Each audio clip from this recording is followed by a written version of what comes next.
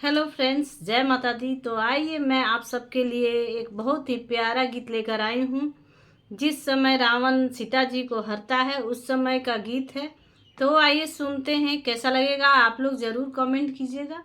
और गीत बहुत ही प्यारा है, फुल बात ज़रूर कीजिएगा। तो आइए सुनते हैं।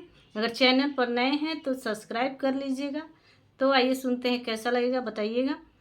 राम जी लक्ष्मण जी के संग में सीता जी अकेले वन में। राम जी लक्ष्मण जी के संग में सीता जी अकेले वन में। हरि लिहले रावण चान डलवा बेआकुल मनवा। हरि लिहले रावण चान डलवा बेआकुल मनवा। ना संग में माई बाप, ना संग में सास ससुरवा, ना संग में सखिया सलेहर बेआकुल मनवा। हरि लिहले रावण चान डलवा बेआकुल मनवा। ना संग में स्वामी नाथ जी, ना संग में लक्ष्मण देवरवा, ना संग में स्वामी नाथ जी, ना संग में लक्ष्मण देवरवा। जोगी भेसे आइले रावणवा बेआकुल मनवा।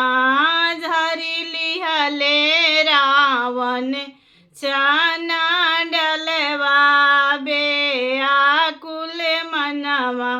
जोगी भेसे आइले रावणवा बेआकुल मनवा। हरि लिहले सीता के रावणवा बेआकुल मनवा। छोड़ी देहु हाथ रावण, छोड़ी दाना साथ रावण, छोड़ी देहु हाथ रावण। जनियाव पास रावण, लंका के होई है बिनसवा बेआकुल मनवा। हरि लिहले रावण चान डलवा बेआकुल मनवा।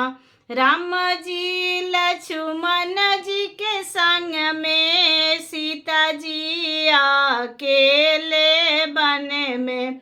जोगी भेसे आइले रावणवा बेआकुल मनवा।